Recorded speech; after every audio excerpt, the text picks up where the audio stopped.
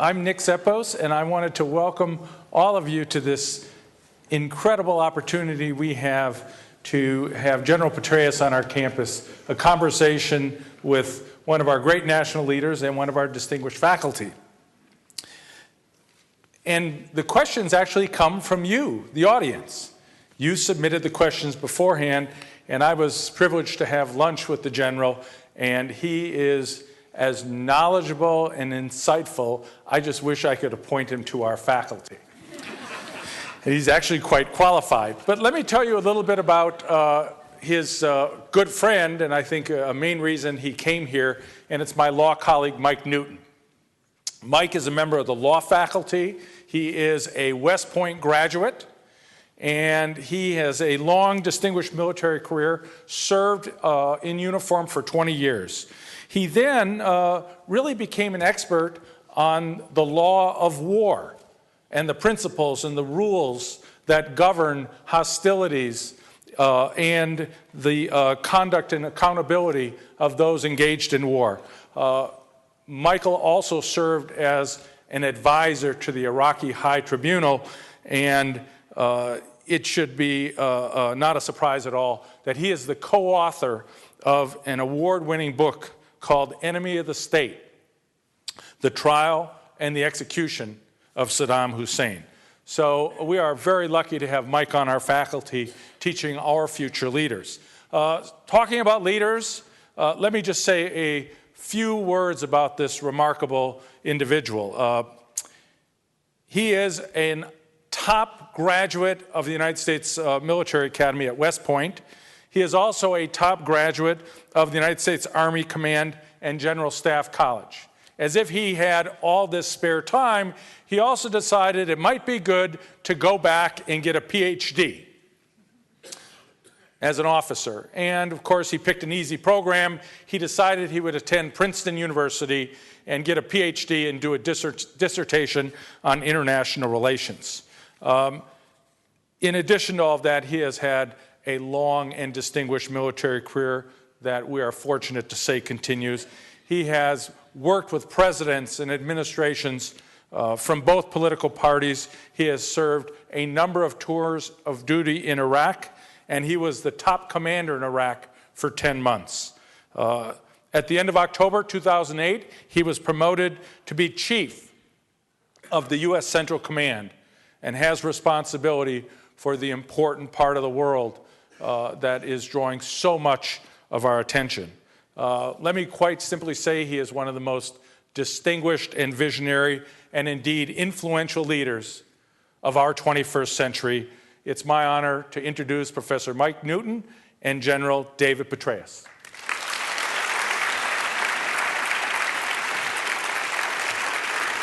Is that all right? Thank you. God bless you. Thank you, General. Thank you so much. Thank you. Thank you. Thank you very much.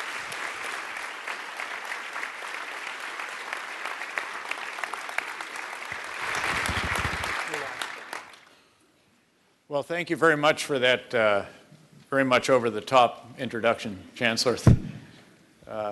Occasionally I note after some very kind words like that I've done an introduction once or twice in my life and never take them all that seriously since then. But it's very kind of you. It is wonderful to be back here in Nashville and Music City at Vanderbilt. I'll mention my abiding love for this place in a moment and why I remain grateful for what you do here, especially at your medical center. But I do want to congratulate you first, Chancellor, and all of you, really, on what has been achieved here in recent years. You know, we've got a great team of researchers there that tell us about the places we're going to visit, and their words about this great institution, this national asset, were every bit as glowing as the ones that you just used in introducing me, and I appreciate that very much. It really is a pleasure to see so many old friends here, so many distinguished individuals in this audience. There are civilian age, the Secretary of the Army. Jack, it's great to see you back here. I know that the mayor is here somewhere, Your Honor. Where did you go here? He was here, by golly. He's given me guidance, of course. your congressman, at least two congressmen are here. Well, a congressman and a congresswoman. It is great to see you again, Congressman Cooper and Marcia. It's wonderful to see you. Thanks to both of you for taking such good care of our men and women in uniform and their families at Great Fort Campbell, the home of the wonderful Screaming Eagles, the Special Operations Aviation Regiment, 5th Special Forces Group, and a host of other wonderful units. I've often said, I used to say when I was the commander at Fort Campbell, that no installation, no post in America had better neighbors than those outside our gates, and I said it with great sincerity, and I say it again to you here today. And I remain very grateful to all of you for the way that you've looked after our men and women in uniform and their families, especially since 9/11. We've been engaged in some tough efforts. We have troopers who have now gone back in their 4th full-year tour. In some cases, I was just in Afghanistan last week, asked for a show of hands of how many at a particular combat outpost had more than 36 months in Iraq and in Afghanistan since 9/11, and quite a number of them raised their hands. They do that, by the way, for a variety of reasons, and prominent among those reasons is their sense that what they are doing is appreciated by their fellow citizens, and I appreciate that very much, more than you can ever know. By the way, on the way here, I got an email from another old friend, Bill Harpel. I'll dime him out here. He sent me an email, typically trenchant observation. Heard you're speaking at Vanderbilt, he said. You can use big words there.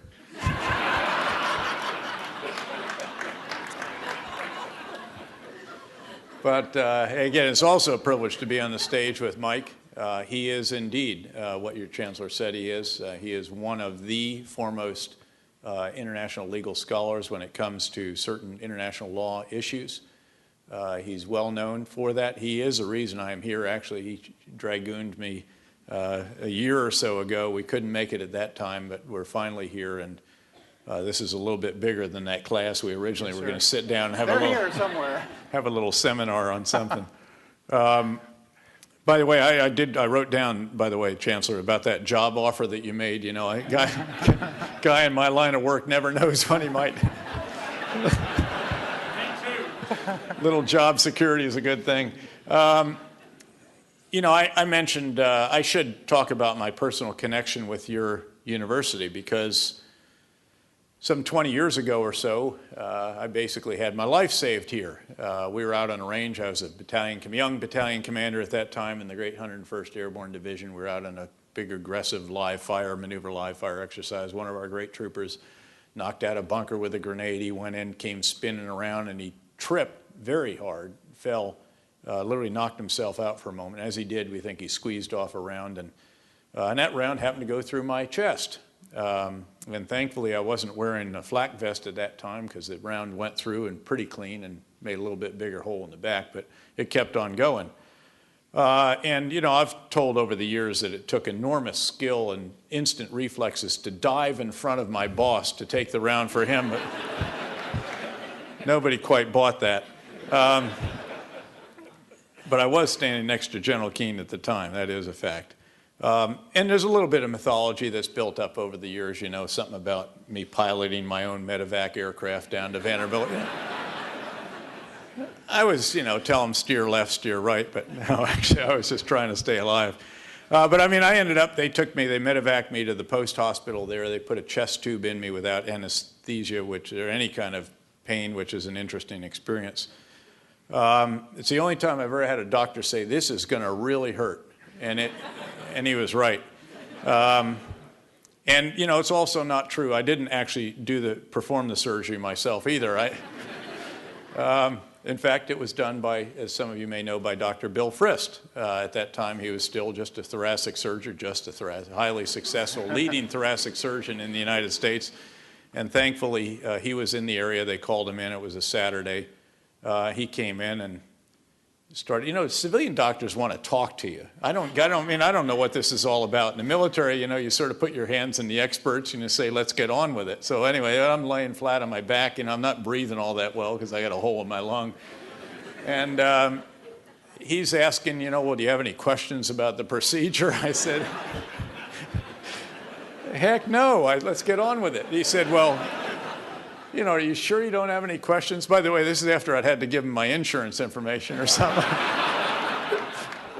By the way, I also had camouflage on. Those days we used to wear this green and black camouflage, and people kept going by me, and, I think they thought they could get the paddles out real quick. This guy's, he's going down for the count. But anyway, so I'm on my back. They're about to wheel me in. He said finally, well, you sure you don't have any questions? And I said, well, okay, where did you go to college, doctor? And he said, Princeton. I said, super. And I say, how about medical school? He said, Harvard. I said, let's go. Anyway, so we did that. And now what is true, though, is, I got a little bit impatient at the pace that they were allowing me to recover. So there was a moment when I figured I'd try to show them that I was ready to be checked out of the hospital. This is actually when I was back up at Fort Campbell. And so I pulled a couple tubes out and did 50 push-ups. Now, by the way, I want you to know, it's the only time in my life I've ever stopped at 50 push-ups, and it's only because the doctor made me. Anyway, actually, I had some wonderful troopers in those days, and this is what they gave me afterwards. This is the top of a box of MREs. They cut it out. You don't get a Purple Heart, actually, for getting shot by your own troops, unfortunately. But they put one on here. As you can see, here's a little Purple Heart. It's got a dummy cord on it because we used to tie everything down in those days. It's a little bit of a fetish of ours. And in fact, even the trooper himself wrote something right here. We had the chaplain bring him down here to Vanderbilt Medical Center and told him he needed to shoot a little straighter next time or something. But we sent him to Ranger School nonetheless. He's a great trooper. But so we got a big connection. And again, it's great to be back here. It's great to be back in a basketball season during which I understand you've beaten Tennessee twice. Yeah, ranked in the top 25, no less. That is great stuff. I will say nothing about the Army-Vanderbilt football game, of course. It's great to see some members of the military community here. I think there's a bunch of ROTC battalion students here somewhere. There where stand up, say hua, please. Stand up and be counted. All righty, there you are.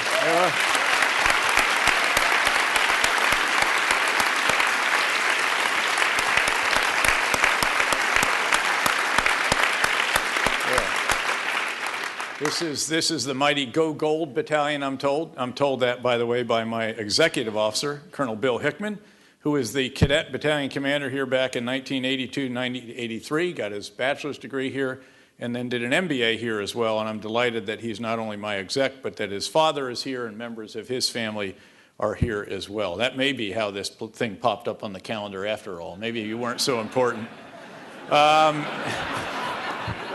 It was telling. The whole family was there. Tennessee's Adjutant General, new Adjutant General is here. Stand up, please, Max. 2 months into the job. Hua.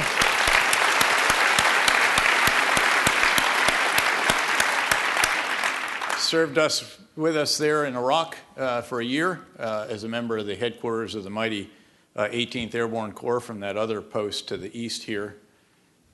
Fort Bragg or something like that. It styles itself the center of the military universe, but we really know where the center of the military universe is. And it's surrounded by Oak Grove, Clarksville, Hoptown, and Nashville, a little to the south. Okay, gosh, I think that's probably enough, Mike. Why don't you go ahead and hit me with the first high and hard one here. And if I can, I might get up and walk around a little bit and make it tough for the TV cameras there. It's your stage, sir. Thank you. I do need to say a couple of thank yous, mostly before I forget. In the first place, it's really important to reach out and thank the directors, the leadership of the International Legal Studies program, and the leadership of the College of Arts and Science. Your generosity, your financial support, the encouragement, the leadership makes these kinds of events possible. Thank you, number one. Thank you, number two. You'd be shocked, sir.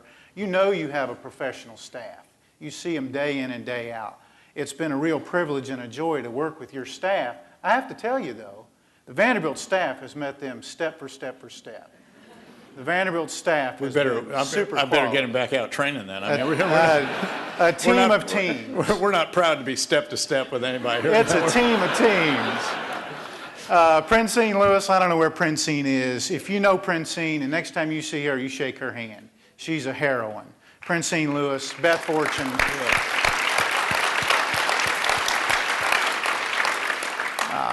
my co-professor in the fall, we did this course that you referred to, Humanities 161, and it took brilliance to conceive it. It took some guts and some leadership to allow us to teach it. We did a very sophisticated interdisciplinary course on the war in Iraq that was conceived of by Catherine Carroll, and the leadership of the College of Arts and Sciences let us do it. Many of those students are here. And the third thank you I want to make is to those students and to the law students and so many other students that are here. What we do at Vanderbilt, sir, is focused on educational excellence. So, and I got to tell you, candidly, the best questions came from them. Piercing questions. The first question actually is the most common question submitted, and I suspect it came from a lot of our students. Every single day in this university, we do a form of small unit leadership. That's really what we do. We mentor, we teach, we coach, and I think you'd be pleasantly surprised if you mingled with them how many of them aspire to public service, how many of them want to be leaders. They yearn for that. And so many of them, I didn't count actually, but many of them have asked you for your mentorship. What advice would you give these young emerging leaders? What values to focus on, what traits? What would you say to them if you knew each of them individually? Well, let me actually talk about perhaps the duties of a leader. I usually will cast this as the duties of a strategic leader, but the truth is that the duties of leadership at any level, and not just a commander, but the leader of a staff section, leader of an organization of any type, I think the duties are similar, and they are as follows. You have to try to get the big ideas right first and foremost, and the truth is that the surge in Iraq was not just a surge of forces, it was also, and more importantly, a surge of ideas. We changed the absolute approach that we were taking. We changed the big ideas. We focused, for example, on security of the population first and foremost, and recognized that you can only do that by living with the people. You can't commute to the fight. You have to be there with them, with your Iraqi counterparts. We fostered reconciliation. We promoted that. We supported the concept of living our values, of being first with the truth, a whole host of admonitions, if you will, that comprise the counterinsurgency guidance that I issued.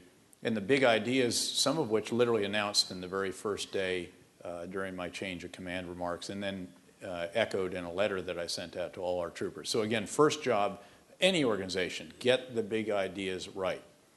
The second is, of course, having developed those ideas, you've got to try to educate the organization on them, typically by first educating the leaders immediately below you, but then getting those big ideas echoed and re-echoed throughout the breadth and depth of the organization, and ideally convincing people of their sheer wisdom and power so that they actually embrace them. And if the big ideas are right, you ought to be able to do that with 90 or 95% of the people, and the rest of them you can sort of bring along.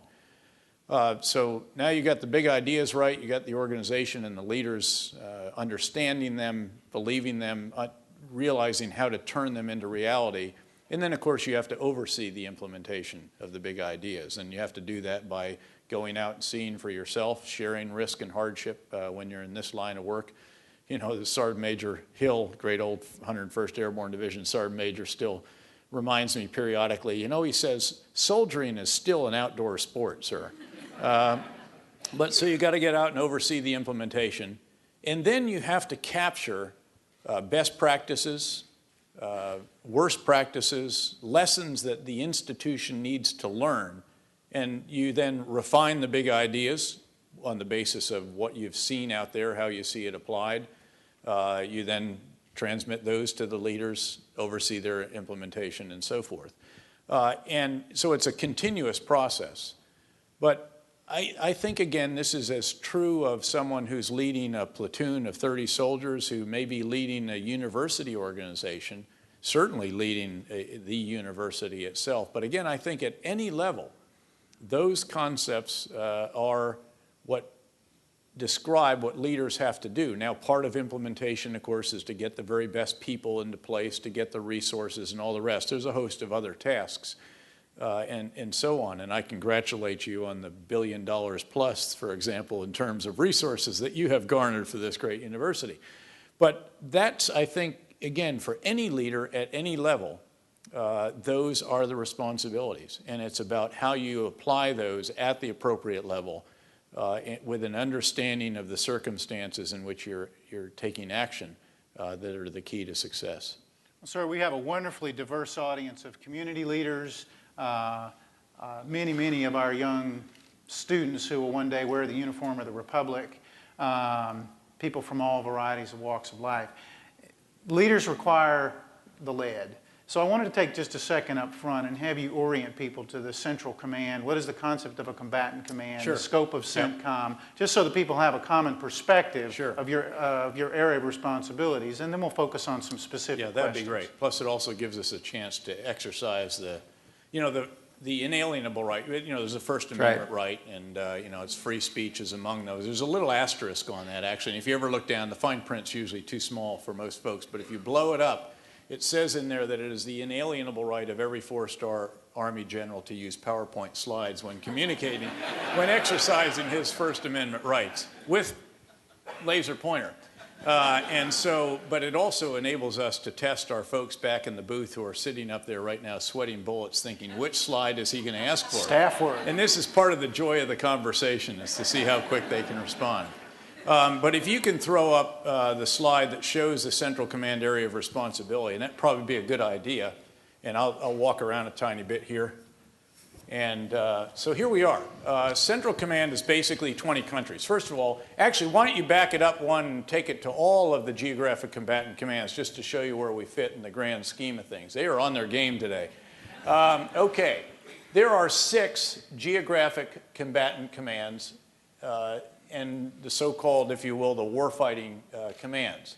And we divide the world up into areas of responsibility. And you can see here where Central Command fits. And interestingly, as you can see, it's the smallest of the 6 geographic combatant commands. But we're proud to note that it clearly has far and away the most problems. Now, if you go to the next slide,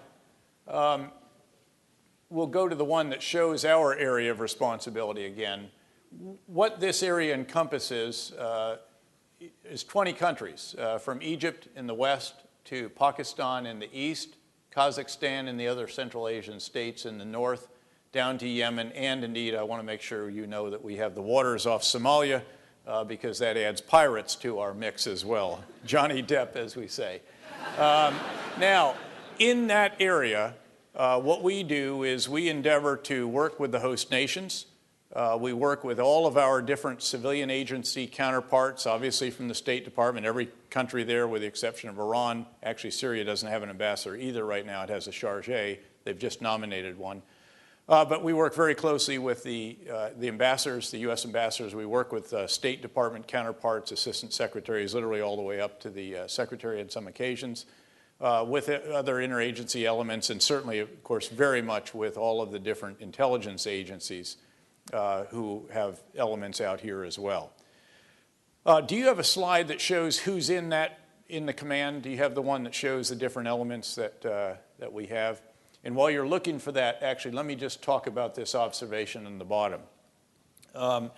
We did a strategic assessment. All commanders typically, when they take command of a new organization, do some kind of assessment. We pulled a couple hundred people together, civilian as well as military, and looked at the different subregions, looked at the functional issues within the Central Command area of responsibility. And we're looking at big ideas. Do we have the big ideas right? And the biggest of the big ideas that emerged from that was a recognition that countering terrorism, countering extremism, really, requires more than just counter-terrorist forces. In other words, you don't do in al-Qaeda, you certainly don't do in industrial strength insurgency like the one we faced in Iraq with just Delta Force, SEAL Team 6, and the other so-called high-end Special Mission Unit elements of the Joint Special Operations Command. Indeed, it takes much, much more than that. It takes a whole-of-government approach, and with an S on the end, actually, because it's not just our government, it's whole of governments. You've got to have partners in these endeavors. You know, Winston Churchill had it right, I think, when he said that the only thing worse than allies was not having any. So you want to have partners, and we want to make it a whole of governments. But it's a civil-military, comprehensive approach that is necessary. Now, in terms of the assets that we have, again, just to put this all in perspective, these are the other geographic combatant commanders, and then the specified commanders as well, Special Ops Command, Strategic Command, Transcom, and Joint Forces Command. But we, by law, work for the Secretary of Defense, so we tend to do it through the chairman a fair amount of the time. Now, there are components that we have. There's a 3-star Army general, 3-star Marine general, 4-star commander in Iraq, 3-star naval commander. He's out in Bahrain. 4-star in Afghanistan, 3-star Air Force commander based in Qatar, and then a 2-star Special Ops commander. We also have the Standing Counter-Terrorist Unit 3-star. JSOC is in our region about 95% of the time as well, and his forces deployed there work for us also. And this just sort of shows basically the main headquarters that are out there. It's somewhere, I think the latest count actually that I saw today is a bit over 210,000 soldiers, sailors, airmen, Marines, and Coast Guardsmen. There's another probably tens of thousands of Department of Defense civilians and probably about 200,000 contractors, in fact, as well. A lot of discussion about that latter number, by the way, including on Congress and in Capitol Hill, and I think appropriately so. But the fact is that they enable us to do a lot more with those in uniform by performing a number of the tasks, particularly on our bases like preparing food and repairing vehicles and a whole host of other tasks performed in our bases throughout the region that allow us not to have soldiers, sailors, airmen, Marines, and Coast Guardsmen doing those tasks. And our forces can be out doing what only they can do, which is outside the wire, carrying out these tough missions that we have on the ground. Next question. Well, sir, you focused on the big ideas, to take your word. Yeah. One of the big ideas, of course, to come out of the strategic reassessment was that you can't kill or capture your way out of the problem. Right. So if you take that big idea and you operationalize it, what does that look like tactically? How does that then drive all the way down to the local village level? Well, let me illustrate actually something. In fact, we showed it on Capitol Hill. It's called the Anaconda slide, because it illustrates the point I was trying to make on that particular day was that, again, it takes more than just counter-terrorist forces to deal with al-Qaeda in Iraq. So this is how we conceptualized what we were doing. This is, again, for a specific element, specific enemy in Iraq. It was the al-Qaeda and associated movements inside Iraq. These elements right here, and there are a whole bunch of different groups in addition to AQI, but AQI was the biggest, Ansar al-Sunna second. Next. Now, these elements require these qualities, these items to sustain their activities. Obviously, they got to have a flow of weapons and explosives because they're using that up. They often need foreign fighters. In Iraq, there were somewhere around 120 foreign fighters a month at the height of it coming in through Syria. Very serious problem because a number of them were blowing themselves up. Now it's down to under 10 or so per month. They've got to have areas in which they can plan, perform medical care, rehabilitate, take a break, and so forth, do some training. And so that's the safe havens. They've got to have some degree of popular support so they can move freely throughout different areas. There's typically some form of ideology, certainly an extremist ideology in the case of al-Qaeda. They have to be able to communicate and direct their forces, command and control. Money is the oxygen in these movements. In fact, truthfully, a lot of what they do is about money. There are, don't get me wrong, at the top of these organizations, there are true believers, but an awful lot of the rest of it is just about money and power. And then they typically have a link. Al-Qaeda in Iraq certainly had a link to al-Qaeda senior leadership in the border areas of Pakistan. Now, what we had to do was put pressure on all of these, all of their needs. We had to try to take them away, challenge them, reduce their access to them. Next. And so we have to do it simultaneously. And the point I was trying to make on Capitol Hill, this is back in September 2007 in the testimony back then, it was that it takes more than just military forces to do this, and specifically more than just counter-terrorist forces. Next. Now, you do need counter-terrorist forces, and indeed, we killed or captured a substantial number of the worst of the worst of al-Qaeda, including Zarqawi, who was the best leader that they had in Iraq. It takes conventional forces to take away the safe havens and sanctuaries and deny them from the enemy. So not just clear and leave, but clear and hold. That was another one of the big ideas, obviously. is that you just couldn't go into an area, disrupt it, get the enemy out, and then leave it. If you do, the enemy will come back. You had to stay in it. So this is, again, living with the people. And then obviously over time we wanted to get more and more Iraqi conventional special ops forces. And then we were able to get something called Sons of Iraq. Ultimately had 103,000 of these individuals working for us on our payroll. These are basically local men who wanted to help keep al-Qaeda out of their area. Actually, we had some that were also hired to keep the militia out, because there was also another anaconda slide for the Shia extremist threat, this being the Sunni extremist threat primarily. Next, but it takes much more than that. It took politics. You have to get into that. These tribal awakenings were what produced the Sons of Iraq. This is where we linked up with tribes and we said, we will support you if you want to get al-Qaeda out of your area, or we'll even do it for you, which is typically what had to happen, or we did it together. And so that was what led to this pool of men. It also led to volunteers for the military and so on. And then you solidify that with reconciliation that actually is codified in law, hopefully, certainly in policies. The Iraqis had a reconciliation commission and so forth over time. And needless to say, we're constantly on the lookout for Sunni, Shia, Arab, Kurd, and other types of tensions that could produce more violence. And so again, you have to be very much in tune with that. And by the way, of course, it has to be a civil military effort. And Ambassador Crocker and I published a civil military campaign plan very early on, after agreeing that we were going to achieve unity of effort in what we did between the embassy and the multinational force Iraq. Next. Intelligence drives everything. We've had breakthroughs in every discipline of intelligence, including, of course, the proliferation of unmanned aerial vehicles that give us full motion video and various signals intelligence packages and a variety of other tools.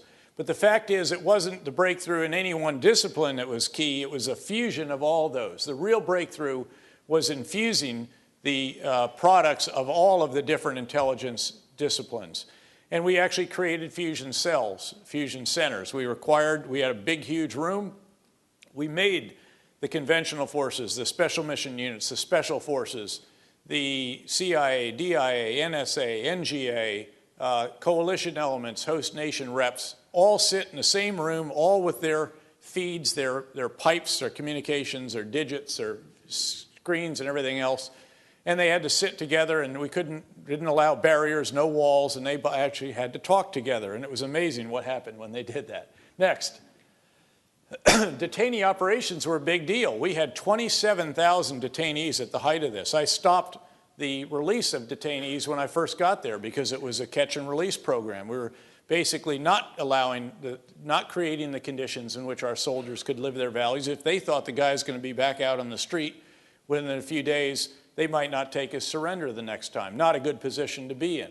And so we reformed our detainee operations. We did rehabilitation of the detainees. We dramatically reduced the recidivism rate of those who were released. We're now down to somewhere around 5,500 detainees and coming down and about to transfer a couple thousand more to the Iraqis.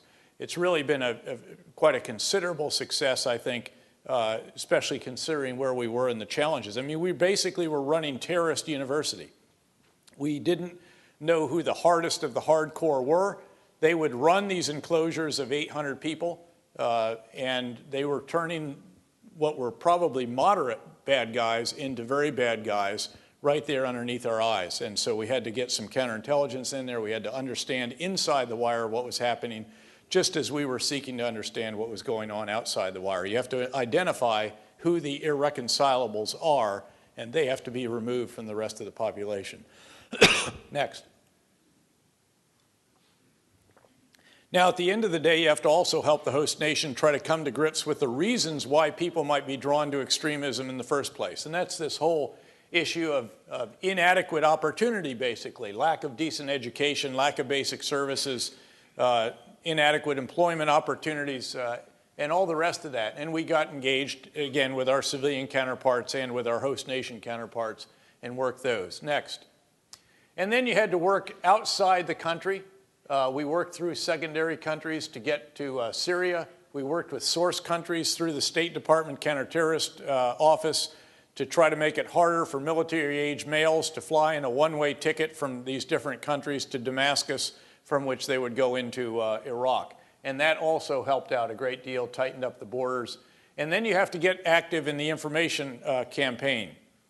The fact is we did not have an adequate information operations task force at all. We basically just had a public affairs apparatus, and that was not sufficient. You have to have something that the members of Congress down here would know and recognize as actually a political campaign organization of a substantial campaign. And you have to have media monitoring. You have to try. We were first with the truth was our objective. We weren't about spin. In fact, I refused to put lipstick on pigs. In the spring of 2007, folks would say, hey, you're making progress. Why don't you go out and tell people? I said, we'll let the press discover it. I said, the most important commodity we have right now is our credibility, and I am not going to risk it by prematurely announcing what appears to be progress. When it happens, they'll see it. In fact, an old boss of mine came out, put his arm around my shoulder. This is as late as July of 2007, I think, and said, you know, I'm starting to see some good stuff happening here, all the rest of that. He said, I think there's a perceptions problem out here. And I said, sir, with all due respect, what we have is a results problem. And as the results keep getting better, those perceptions will change, and we'll let that happen.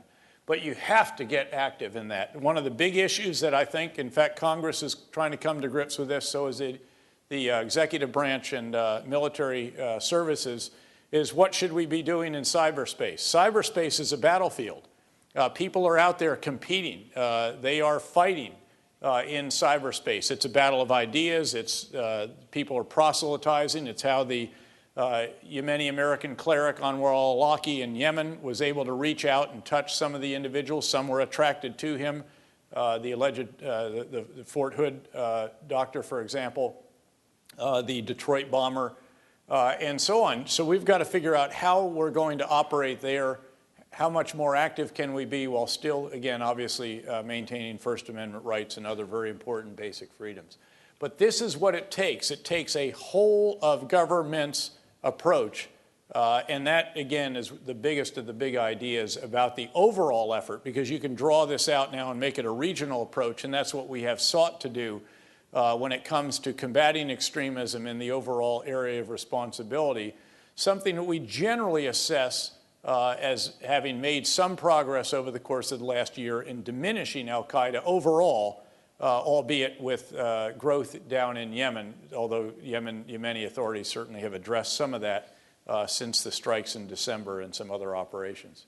Well, sir, I think it's clear that it does take a coordinated, integrated governmental effort, which we have not seen, frankly, at some times in places, either in this conflict or certainly in previous conflicts.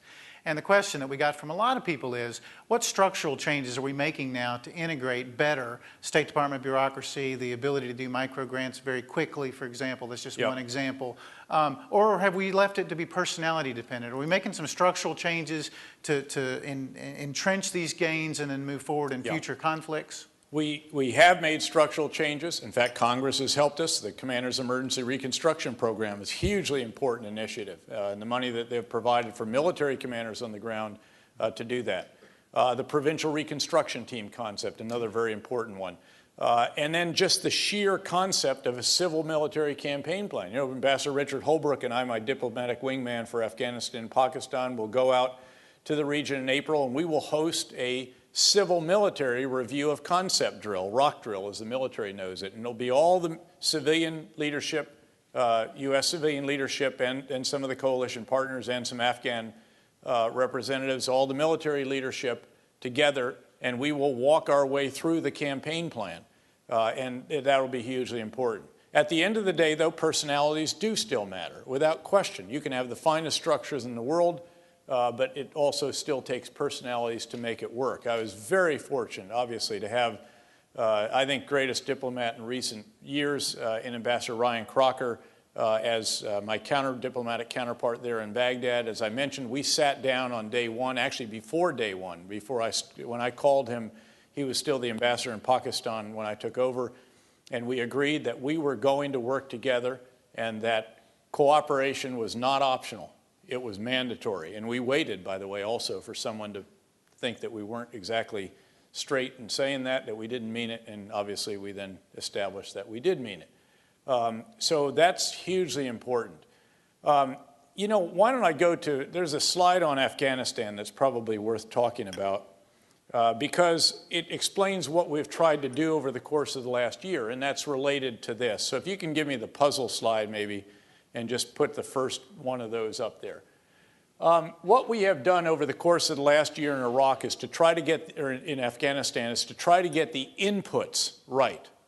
The fact is we learned a great deal in Iraq about what it takes to carry out, to make progress in a civil military campaign plan. And with that knowledge, recognizing that Afghanistan is not Iraq, there's a host of differences, and obviously you have to fine-tune every lesson that you may take from any location to the circumstances of the location in which you're going to apply it. But we knew off the bat we needed to make some significant changes. The four-star in Afghanistan was not dual-hatted. He was a U.S. Army four-star NATO commander, but he was not dual-hatted as the U.S. four-star commander on the ground. We fixed that. They didn't have a three-star operational level headquarters. We've built one now with a great general in charge of it, as I'll mention. NATO training mission didn't exist. It does now. Now it was two-star level, now it's three-star level. Rule of law task force didn't have that function, something we learned of the necessity, again, in Iraq.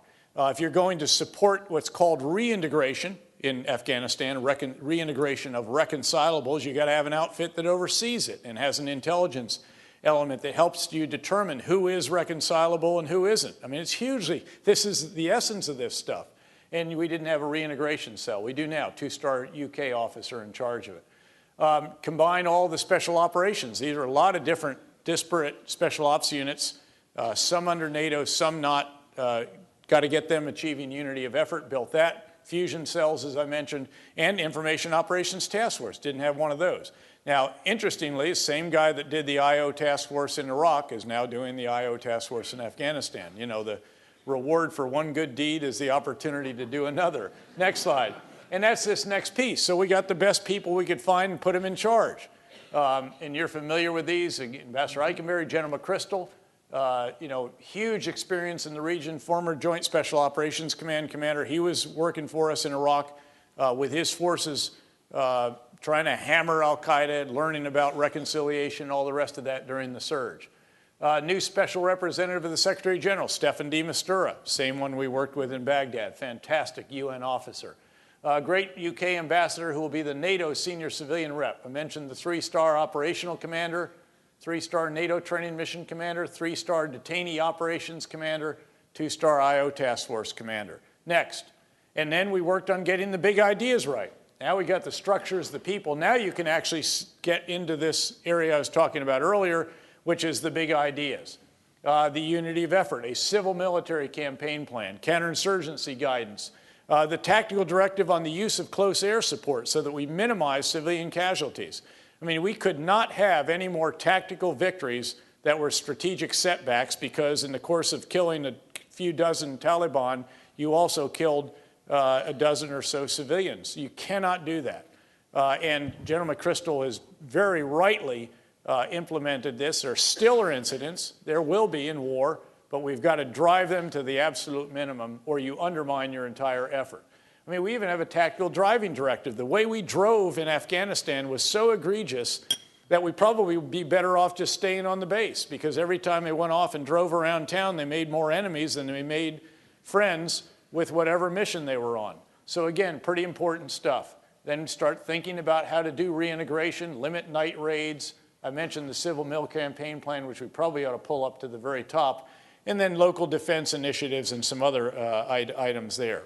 Next, and then you got to get the resources to enable that. And so, you know, we did get a lot more forces over the course of last year, but then another 30,000 authorized by President Obama as part of the AFPAC strategy review policy that he announced in early December at West Point. NATO forces kicking in additional forces. This will more than, I think it'll almost triple the number of civilians on the ground. Additional funding, and then the authorization of 100,000 additional Afghan national security forces who ultimately are the key to us transitioning tasks to them so that we can ultimately thin out our forces and begin to hand off security missions to them. So over the course of the last year, we worked to get the inputs right. And what you're seeing in Afghanistan now are the beginnings of the output, the initial operation in Marja and so forth. And this will be this is the initial operation of a 12 to 18-month campaign plan. It is going to be hard. You know, people ask me constantly, are you optimistic? Are you pessimistic? And my response is that I'm realistic. And the reality is that Iraq has been hard, it's going to stay hard, and it is hard all the time. The fact is, I was asked to go to Afghanistan on the way home from my second tour in Iraq when I stood up the train and equip mission there by Secretary Rumsfeld. So we detoured, took a team over there, looked at some areas that he wanted us to explore. And the fact is, I came back, and this is when Iraq was going swimmingly. We were winning, and there was the term in those days. It was the good war. And I said, you know, with all due respect, Mr. Secretary, I think Afghanistan is going to be the longest campaign in the long war, the term that we used at that time. And I think that sadly has proven to be correct. But let us not forget why we are there. That is where the 9/11 attacks were planned. That's where the initial training for the attackers was conducted before they went to Hamburg or to Germany and then on to U.S. flight schools. We cannot allow that country to again become a sanctuary or safe haven for transnational extremists. Amen. I won't ask you if you're optimistic or pessimistic, but I would like to ask you for a second to take a look backwards. For those who don't follow these things closely, we happen to be 90 days to the day away from the West Point speech, the announcement of the change in Afghanistan policy. You use the phrase unity of effort, which is, of course, for those who don't know, a core military term, and a principle of war, yes. a core principle of warfare. The difficulty is, of course, that you're dealing with foreign governments, unity of effort, NATO, political dynamics, the U.S. domestic political dynamic, the dynamics in theater, and as we mentioned, between state, et cetera. Can you talk us through that process of developing a unified, cohesive strategy in Afghanistan to extrapolate the lessons learned from Iraq? What was that like, and how hard was it? Well, you have two dynamics here. You have the U.S. dynamic, and we are certainly the biggest contributor of troops, of funding, of civilians, and so on. And so that's a pretty important dynamic. And the process that we went through, frankly, with the president over the course of the fall leading up to that speech at West Point was, I thought, really a very healthy and very good process. We had, for example, some 10 meetings, if you count the final small little Oval Office session we had on a Sunday evening shortly before he announced the policy, where we met with him. That's an extraordinary number of meetings. Some of these sessions were as long as 3 hours. I mean, again, a huge commitment of time by the Commander-in-Chief. And we really batted ideas around and challenged assumptions and refined concepts and narrowed objectives and all the rest of this in a way that I thought was truly, it's certainly unique in my experience. And again, I thought it was very productive and very useful. There is also a process then with NATO, and that is a process, of course, again, our civilian leadership, and then there is a four-star U.S. Navy officer who is the Supreme Allied Commander Europe, the NATO commander, if you will. He's also dual-hatted as the European Command Regional Combatant Commander. And they were all involved in that, and certainly General McChrystal in both his U.S. hat and his NATO hat. Needless to say. And again, that process, I think, went well. Yes, there are caveats that some units have. In other words, restrictions that some countries place on their forces. And the fact is there have always been caveats. Gosh, when I was the operational chief in Bosnia, for example, and we had countries, I don't know, 15, 20, 25 countries that had meaningful ground contributions, I had a matrix on my desk, underneath the glass on my desk, and it had the countries down the left side and the tasks across the top, and it had a check mark in the box as to whether that country would do that task and whether it would do it in its own area, outside in its divisional area, or in the whole country. I mean, this is what life is like, and you get over it. Throughout southern Iraq, we had coalition units when I was the commander in Iraq that had a variety of different caveats, some spoken, some unspoken. And the challenge for a military commander, candidly, is to take what he gets, state his requirements, certainly. I mean, that's our job. Our job is not to try to anticipate what Congress will want to hear or what the White House wants to hear. Our job should be to state the requirements as we see them to accomplish the mission that the President has laid out to us. And that's what we sought to do in both the Iraq decision-making process and in the Afghan, in any process, frankly. And each level up has broader concerns that they factor in. That's appropriate. And the President has more broad concerns than all of us, and that is okay. You know, that is reality. But you get, again, the forces that are provided to you. Some from various countries may have some limitations on them or restrictions.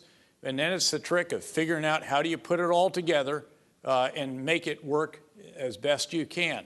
But caveats, you know, there's never been a commander either who's ever had, you know, enough probably money, forces, authorities, you name it. I mean, it is always, but at the end of the day, having stated what you need, having gotten what you got, it's your job to put it together and then to figure out how to accomplish the mission with that. Now, there can come a point at which you have to go back and say, I can't do it with this, and so we have to refocus or do something like that, but we're certainly not at that point in either of these endeavors. So it's fair to say that you're applying the inalterable fundamental principles of war that have been around since Clausewitz. You're applying them in a wholly new strategic concept, which leads me to ask a question, one of the few questions that I will read to you directly from a student. You can tell this came from a student, and I think you'll appreciate it. Quote, if you could write your doctoral dissertation again, which for those who may not be aware, I would never, ever want to go through that again. I wake up in a cold sweat every now and then thinking that, my God, I haven't finished that dissertation.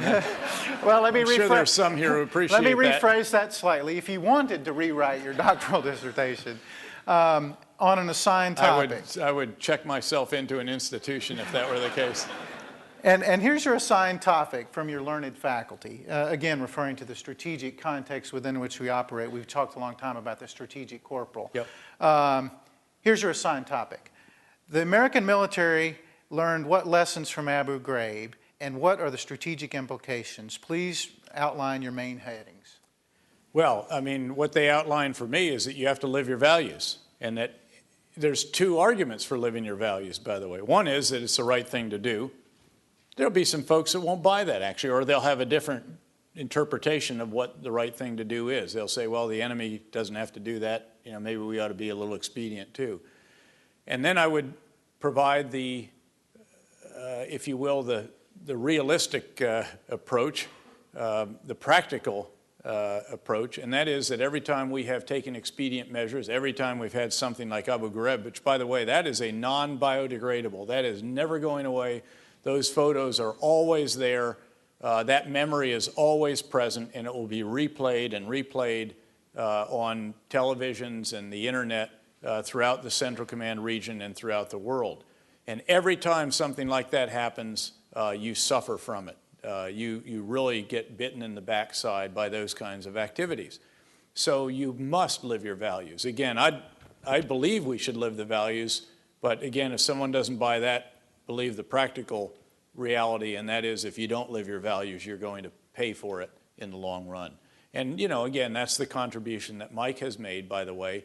You know, operational lawyers, in my view, by the way, and I've said this at the home of the Army Legal School and so forth, which, of course, you attended there in Charlottesville, Virginia, they're very important elements in what it is that we do, and they generally help us to determine the right way to do something. They're not hindrances, they're not roadblocks, they're not obstacles. You know, we sit down and say, this is what we need to do. We think this is the right thing to do. Help us to ensure that we're doing it in the proper way, that we have the proper authorities and all the rest of that. Well, let me extrapolate that down then to the tactical level. We've heard, and we had wonderful non-commissioned officers that came into our class, and you could have heard a pin drop as they talked to students about their experiences. When an American goes into those settings with breathtaking self-discipline and professionalism and selfless service, what difference does it make? How do they know they're winning? Well, first of all, it makes all the difference in the world to have those qualities. You used the term a moment ago, strategic corporal or strategic lieutenant. We coined that term to ensure that those leaders, those individuals realize that their tactical actions, their actions at the ground level, at the smallest of small units, could have strategic implications. They can have good strategic implications when they do something fantastic that, again, is echoed and re-echoed out well beyond the confines of their location, or they can have bad strategic connotations if something untoward is done, and it also echoes and re-echoes. I mean, we had a sniper one time who decided to do target practice with a page out of the Quran when I was the commander of Multinational Force Iraq. And needless to say, getting that phone call was not one that I welcomed. But in this case, every leader, I think, did exactly the right action. At the low level, the brigade commander, the minute he realized it, went and found the most important sheikh and the other sheikhs in that area and said, I apologize personally. Here's what we're doing about this case. Here's what we're going to do to educate our troopers to make sure that this kind of thing doesn't happen again. And that went all the way up the chain to where I apologized to Prime Minister Maliki. In fact, President Bush actually got on a video teleconference and personally apologized to Prime Minister Maliki as well. We went public with it immediately. We were first with the truth. We told the press what had happened. We told them what we were doing about it. We told them what we'd learned from it, and we told them what we would do in the future to try to prevent such situations. So, and of course, Professor Carroll served on a human terrain team. So that's one example. What else are we doing to increase cultural awareness? We've spent a long time, we've spent decades focusing on being the best Peer 1 competitor to win the conventional war. And now we've really fundamentally shifted our core. You talk about shifting the big ideas. What are we doing to increase the cultural awareness so they really can take American values and implement them in a culturally acceptable way that really does resonate in the host population? Well, we've revamped the preparation of our units completely. So a unit now from the Great 101st Airborne Division prepares in a very different manner than did a unit back, in fact, when I was the division commander and we first went off for the fight to Baghdad. We were all about kinetics. I mean, I remember sitting down in Kuwait, we're all getting ready to go, and we're starting to sense this thing's really going to happen. And we had some folks come into the room and they said, okay, generals, don't worry, you guys just get us to Baghdad and we'll take it from there. Well, I was looking around for those guys when we got to Baghdad and said, okay, you take it from here. We're ready to go back to Clarksville and Hoptown and do the victory parade. And it didn't quite work out that way. So we very much overhauled what it is that we did prepare our leaders as well as our units. Our leaders, we have a concept called the pentathlete leader. We want these future leaders out here, when they put gold bars on their shoulders, to be pentathlete leaders. They're not just going to be sprinters or distance runners. We want them to do both of those and throw the shot and the broad jump and a few other things. In other words, we want them to be able to attack and to defend, but also to do various aspects of nation building, stability and support operations, as the term is in our military doctrine. So we are preparing our leaders very different. And then the units get a heavy dose of cultural awareness. Some of them will go off and do language training, who will benefit from that. You still have to, though, do your core functions. I mean, there is something that uniquely those in uniform can do, and we cannot shrink from that. I mean, I'm occasionally seen as Mr. Non-Kinetic, Mr. Nation Building, Mr. Counterinsurgency. Well, counterinsurgency is not just stability and support operations, it is still also offense and defense. There was a moment, in fact, I remember, when in the spring of 2008, we called it March Madness. That was the real March Madness. You were having basketball March Madness. But what we had was the militia attacking. And it was a very, very violent phase in Iraq. We were getting hammered in Baghdad, just hammered by 12, 14 volleys, 10 rockets each in the green zone and all of our different bases there. Very, very difficult period. And so I remember a day or two into this, I went over to the Multinational Division Baghdad headquarters, and it was a routine update. We worked our way down around all the divisions. We usually did 1 or 2 divisions a week. And so you'd get to see each one of them about every 3 weeks, every 4 weeks, this focused area where they'd tell me what they were doing and all the rest. And they started going into this, and it was their standard pitch. And I mean, they were telling me how we're going to refill swimming pools in Baghdad and we're going to get the parks going again. And after about 10 minutes of this is good stuff, except we were getting hammered. And I said, time out here, fellas. Let's talk about how we're going to go out and kill or capture these rocket teams and mortar teams that are making life so unbearable for all of our civilian partners and indeed for ourselves. And so again, there are times when that's something only we can do, and we can never shrink from that, nor do that. And again, it's this preparation, if you will. You still have to do your core functions, but you have to do all of these other tasks as well. And that's why we need pentathlete leaders, and that's why we need these tremendously talented troopers that we have who have shown themselves so capable of innovative activities, independent action, initiative, as well as determination, courage, and just sheer excellence in their professional military skills. By the way, occasionally there's folks that say, oh, geez, these guys can't fight anymore because they're so busy helping with nation building. Don't tell that to our troopers. Don't tell that to the ones who killed or captured 77 rocket teams in Sadr City in a 3-week period. Now, we do it differently. We use unmanned aerial vehicles. We tie in all kinds of new technologies, the intelligence breakthroughs I mentioned, and so forth. We try not to just batter a place to save it. You know, the reason we announced the Marja operation in Afghanistan way in advance was that so they'd know we're coming, and so they'd be out of the way if they didn't want to fight. We don't want to destroy Marja to save it. We wanted to take Marja as intact as we could, find the remaining insurgents in there, keep the population in there if we could, so we didn't have thousands and thousands of internally displaced persons in the middle of winter, and then secure it, and then help revive it, get the markets going again. By the way, almost all of them are open. The schools reopened, and again, all of the different basic services restored and then improved. Sir, you actually touched on, and I'll go there. I hadn't planned on it yet, but I will. Once we have, using stability and support operations, we've cleared an area, we've established peace, there's schools, the normal things are happening again. What's your perspective on how we maintain that area for the safety of civilized society and not let terrorist networks re-infiltrate? What can we do after the fact, once we've cleaned out a pool, to keep it clear? You have to employ population security measures. In Baghdad, that meant concrete. I mean, we had T-walls. We had these barriers that you literally have to shut off neighborhoods. You have to control access to the area. We employed ID cards in some cases that were so serious that you literally badged every single person who came in and out of a neighborhood. You get your intelligence going so that, again, you can keep going out after them, keep pushing them out further, literally clearing some areas in some cases. And then these 103,000 Sons of Iraq, I mean, we had checkpoints everywhere out there. Now, that was a particularly brutal insurgency. You know, don't forget how bad Iraq was. There's a little bit of looking back now and saying, geez, that wasn't so tough after all. You know, of course it was going to succeed. I mean, that wasn't the sense I had at that time when I was sent off to do that, nor, frankly, in some of my returns to Washington.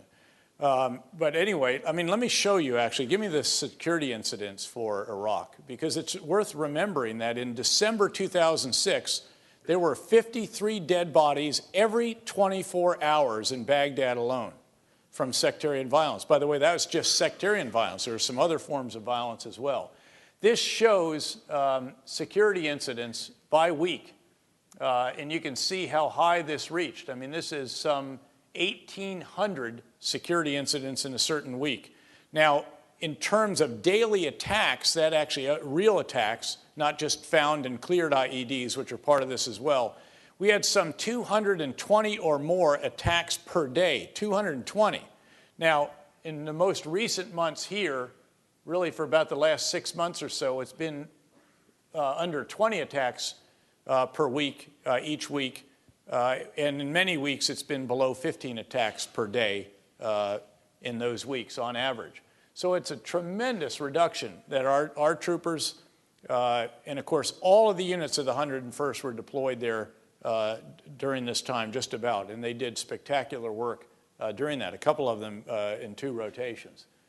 So it's a very significant reduction. Having said that, there's no question that there are innumerable obstacles and challenges and issues there. There's quite a bit of high political drama with the run-up to the 7 March elections that will take place, that will elect the new council representatives, the Iraqi parliament.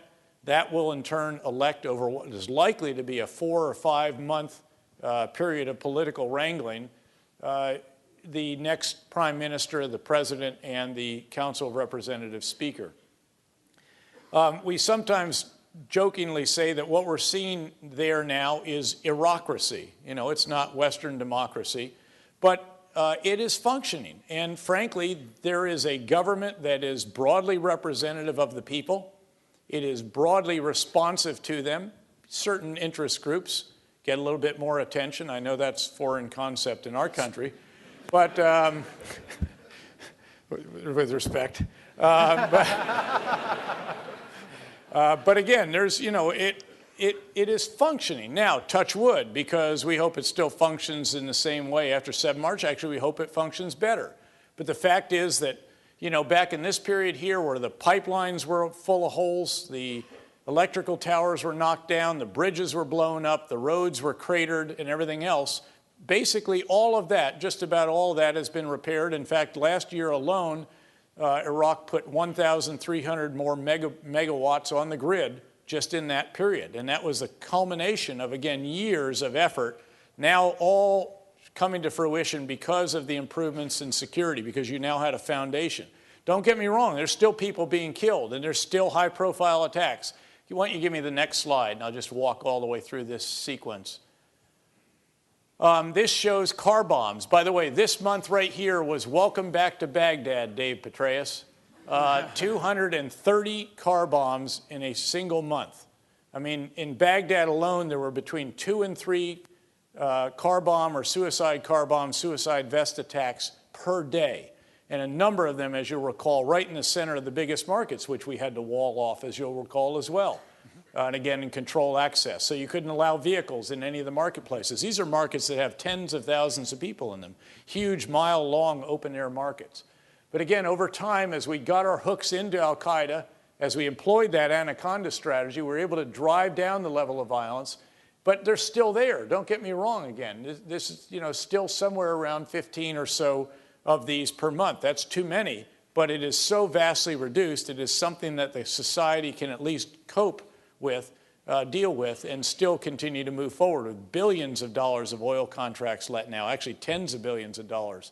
They're intent on ramping up from the 1 point, actually they're producing about 2.5 million barrels a day. They export about 1.9 of that. They want to ramp up to 10 million barrels a day. That is a colossal amount of additional oil on the market. It's not going to be easy, but they can do it. Next, and again, violent civilian death. You know, you could say, what a heck of a metric that you have to use to measure your progress. Well, it is. It's reality. This is what we do. And you can see here there were 3,700 civilians died a violent death in this period right here. I think this is right in that winter of 2006-2007 timeframe. Surge started driving that down, but again, there still are a couple of hundred or so. 1 month it was below 100, but there's still, again, an unacceptable level. But it is so vastly reduced that there is opportunity there. Iraq has hope, and that is what our soldiers and our Iraqi counterparts provided to them.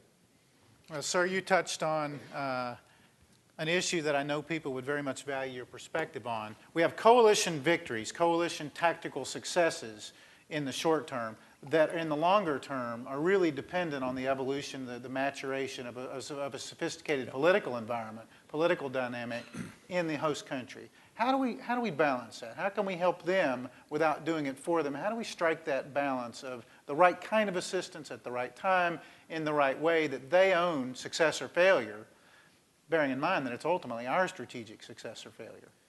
Well, it's theirs as well. And again, I think there's a very sensitive balance there with assisting, helping, supporting, but not intruding, not trying to manipulate, not trying to run.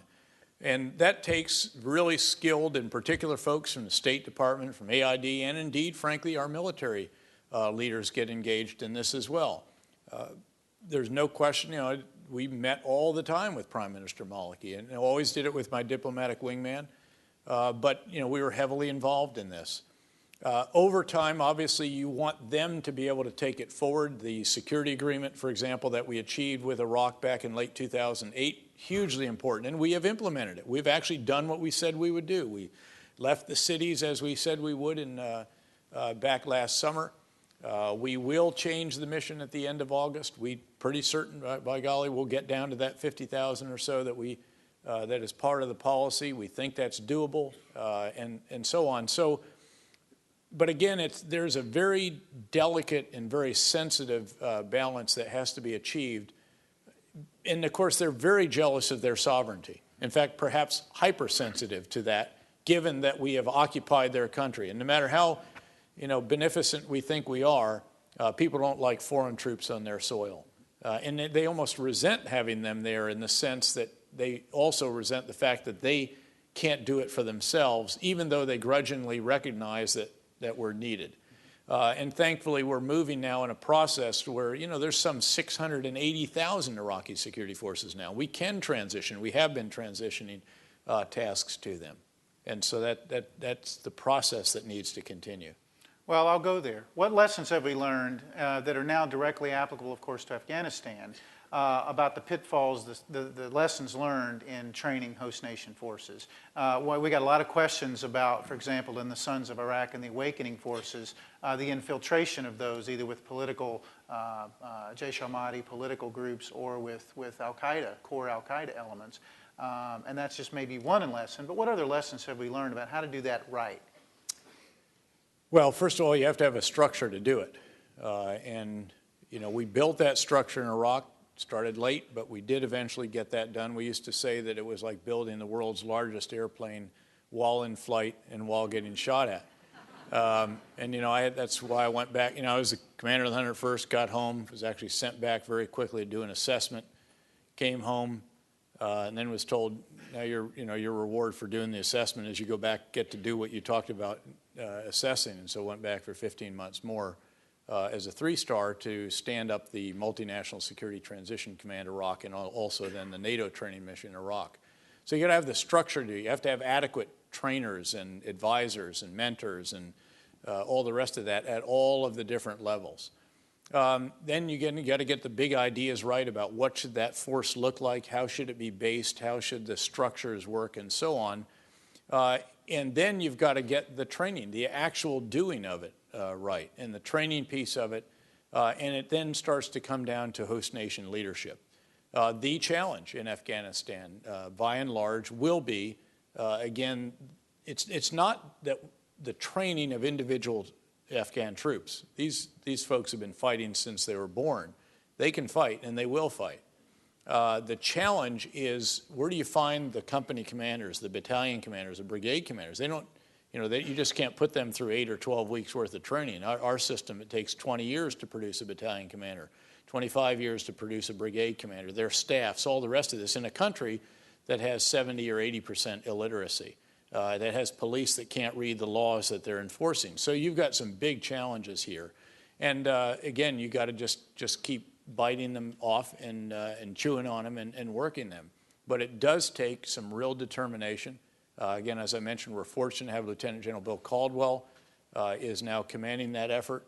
He is one of the all-star team members who has put in place of a new organization that we needed there to do it. So that's, again, the very, very short of it. But it is really a very complicated process to help another country rebuild or build from scratch its ministries of defense and interior and all the elements connected with them.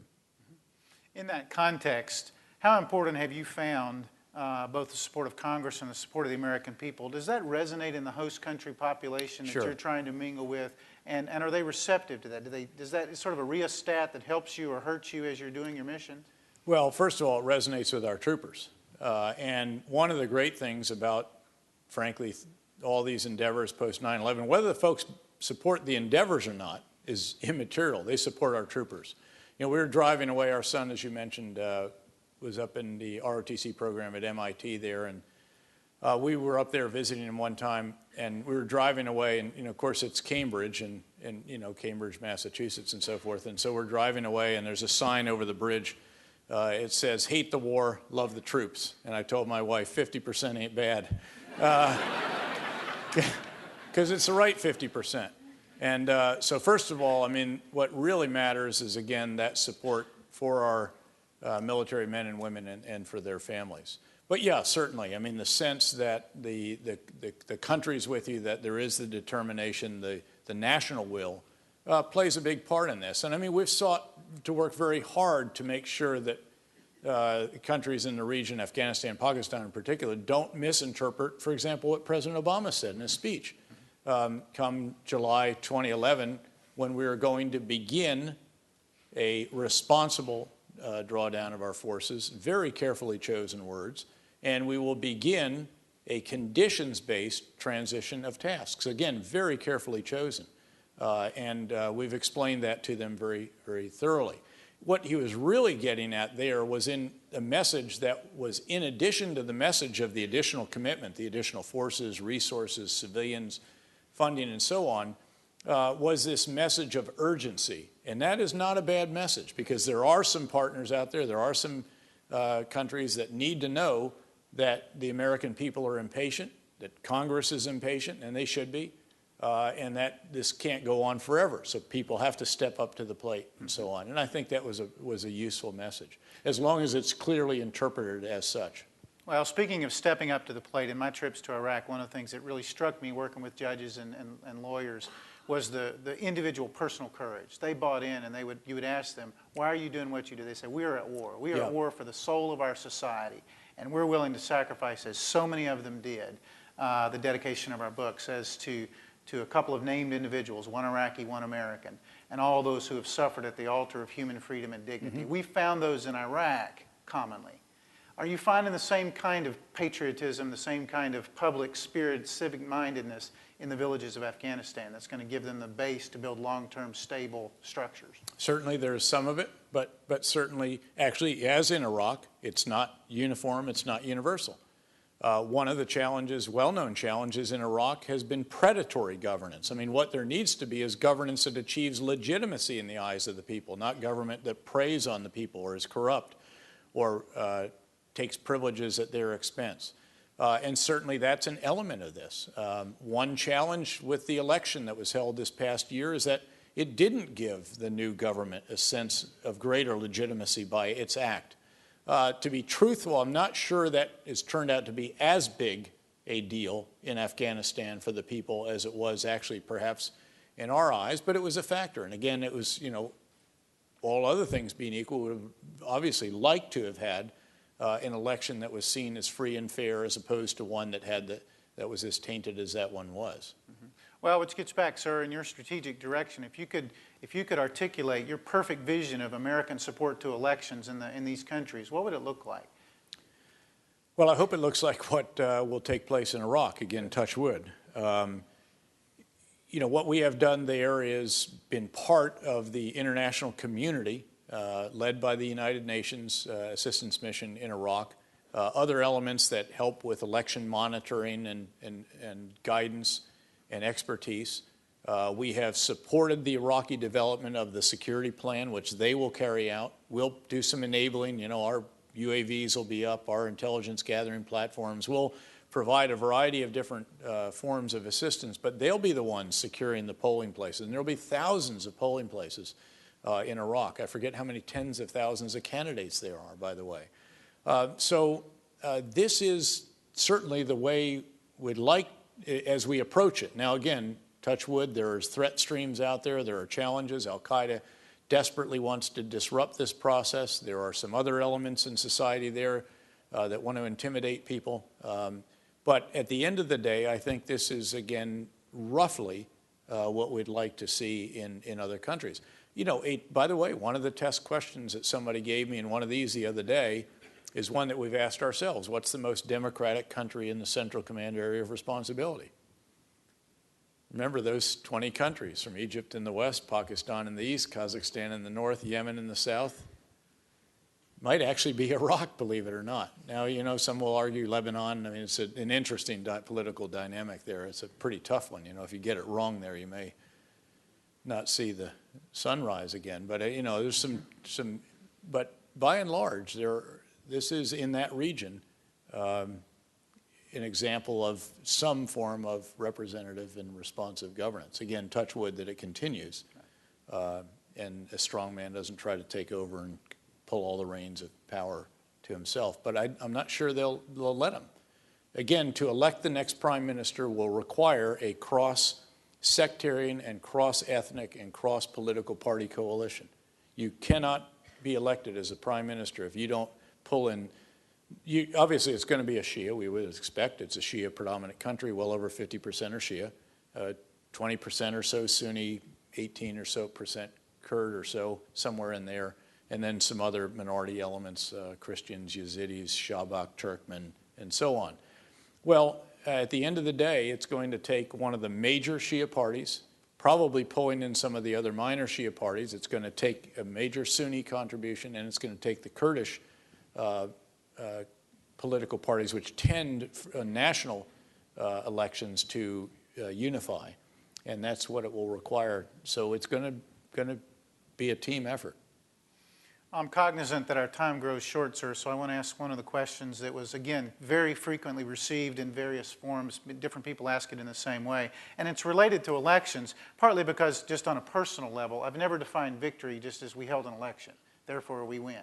You know, it's much more than that. So can you articulate how you would define victory? What's your vision? How would you describe the end state? Where are we headed? Or where would we like to be headed? Well, you remember I made the mistake of, first, if you have a reporter with you, remember he's in the back seat, when you're doing something. Some of you will recall a great historian, in fact, and Washington Post reporter Rick Atkinson, 3-time Pulitzer Prize winner, actually rode in the back seat of my Humvee in the fight to Baghdad when I was commander of the 101st Airborne Division. And, over time, I actually didn't, either I forgot he was writing a book or I didn't realize it or something. But anyway, I made the mistake of starting to ask early on. I could tell this wasn't necessarily going to be precisely how we envisioned it. And I would periodically ask him, how does this end? And it obviously became a bit of a quotable quote, and it eventually became the title of a book by someone else, by Linda Robinson. And the way I've hoped it would end, again, what a good outcome would look like, again, would be in Iraq, in which there is a government that is representative of all the people, that is responsive to all the people, that can provide security for its population, internal and with respect to any external challenges, that can provide a steadily improving level of basic services for its people, of education, electricity, fresh water, and on and on. And that over time becomes an increasingly important member of the regional community of states and of the global economy. Remember, this is a country that officially has the 3rd largest proven oil reserves in the world. It has the most sulfur in the world. It's the land of the 2 rivers, the Tigris and Euphrates, so it has enormous agricultural potential. Has natural gas, just has a wealth of blessings, and perhaps best of all, it has people who are industrious. It has human capital. You know that. You have communities of Iraqi Americans here, and you're very familiar, in fact, with their qualities. So it has enormous potential. And if it can, we used to say it's okay to shout, don't shoot. And if it can resolve its problems by high political drama and emotion and shouting but not shooting, I think the opportunities there are just enormous. The potential there is enormous. And it may actually have the 2nd most or perhaps even the most oil reserves in the world because there's been no real exploration done there for decades. That's true. Sir, our time grows short. And on behalf of many people here, we thank you for your moral courage, for the vision to see a better way ahead, a strategic shift, a big idea that needed to happen, and then the guts to collect a group of people like John Nagel and Pete Mansour and my classmate H.R. McMaster, those kind of guys who had the initiative and the vision to see that. You collected those. And that, in a sense, was a huge service both to our republic and to humanity, and particularly to the people in the region whose lives literally have been changed because of your leadership. We thank you for that. In the morning, when we get up, many of us, and we puff our chests and we say, I'm going to go save the world, we're just puffing our chests. You literally mean that. We appreciate that. Well, you get the last word. Okay, let me just end close. this. I mean, first of all, this is about a team effort. It was about a team of teams. There was never, an I in this. It wasn't one person by any means. It was always about a whole host of people. And I guess the most important people in all that really are the ones that I'll show on this particular slide here. Some of you have seen this before, but this is what it was really all about. And this is why it is such a privilege to do what those of us in uniform do, and why when you are lieutenants, you'll have the most awesome responsibility that anybody can imagine. It's about these individuals right here. Some of you have seen this again. This is what 1,215 soldiers, sailors, airmen, and Marines re-enlisting looks like. This is a ceremony on the 4th of July, 2008. It was in Baghdad. This is in combat. And the great Sergeant Major Marvin Hill and I, again, former 101st Command Sergeant Major, had been with me. He's now on third tour together. We sat down a few months prior to the 4th of July and we said, hey, wouldn't it be great to have a couple hundred folks maybe gather around and do a re-enlistment ceremony again? Because you'll recall the first year we were there, we were in the 101st. We wanted to have 101 people re-enlist. We ended up with about 150. The first year we were there together when I was the commander and he was the command sergeant major of all the forces in Iraq, we had a few hundred people. So we just wanted to do that again. It was a neat thing to do. And it wasn't too logistically challenging. So we put the word out and we said, okay, hey, we'll do this. Tried to give a little inducement, said if you come, you get a photo with a commander and sergeant major, you get a coin, you can, whatever it takes if you're desperate. So anyway, we did this. And he came to me a few weeks before the 4th of July and he said, hey, sir, I'm getting a little worried. I said, well, what do you mean? Aren't enough guys signing up? He said, no, actually there's about 700 or 800 and it's growing every day. I said, whoa, this, you can have too much of a good thing. When you're in combat, you've got to move all these people in. This became a combat operation. We got to house them for the night. We have to have their re-enlistment counselors with them. I have to sign every re-enlistment. I don't use an iron pen or one of those deals that signs for you. So, this is 1,215 signatures in addition to 1,215 photos and coins and okay. So what a privilege. It's going to be awesome. And it was incredible. Now, the deal here is that all of these individuals had been in Iraq, just about all of them before. Again, they're mostly a lot of mid-grade. And so you had individuals in here who had perhaps 3 years in combat in some cases. Certainly all of them had at least a year. They knew what they were doing when they raised their right hand. They were re-enlisting in combat knowing that they would be asked to return to deploy again after this tour was up, and yet they still did it.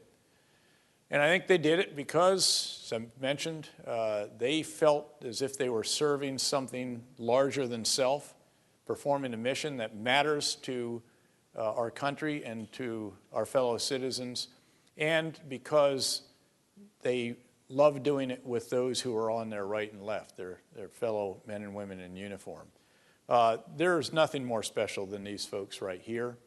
And really, I'm here today to talk about what they have done. And it's always a pleasure to explain the great tasks that they have taken on and the results that they have achieved. And so let me end just by saying what I said right up front. And that is that I'm also here to say thanks to a community that takes care of these individuals and their families as well as any community in our great United States, and probably better than any other, but I don't want to get in trouble with Fayetteville, North Carolina, or some other places, or Killeen, Texas. And we are very, very grateful to you. That's one reason that I'm here today. And so let me just say in turn that we appreciate very, very much what you have done for our men and women in uniform and for their families, and I thank you for that. It's a privilege to talk about it.